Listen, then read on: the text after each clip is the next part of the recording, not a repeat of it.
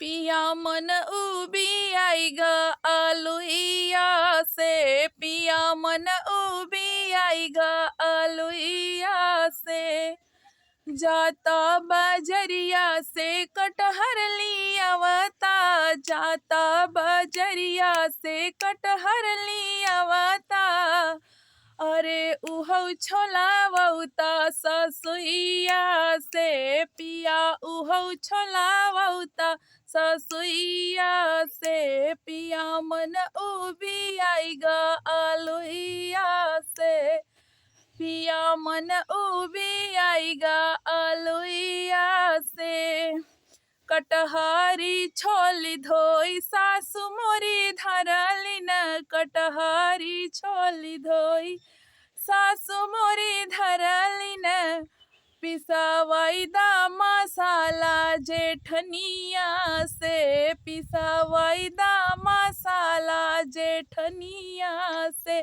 पिया मन उबी आई ग अलुइया से, पिया मन उबी आई ग अलुइया से।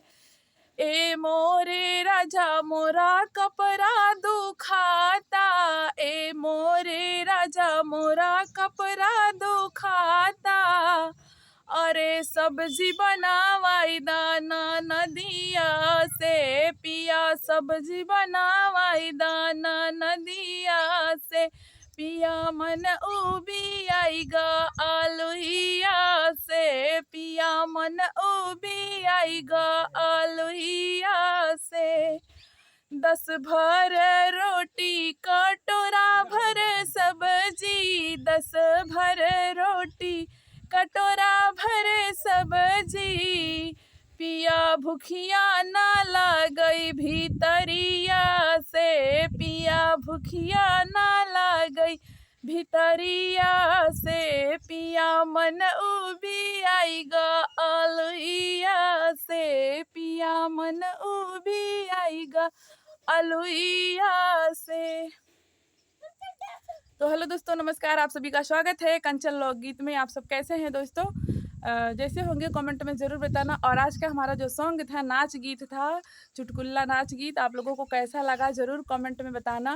और दोस्तों, बहुत ही गर्मी लग रही है, बहुत ही धूप है, तो हम बाहर आके वीडियो शूट कर रहे हैं।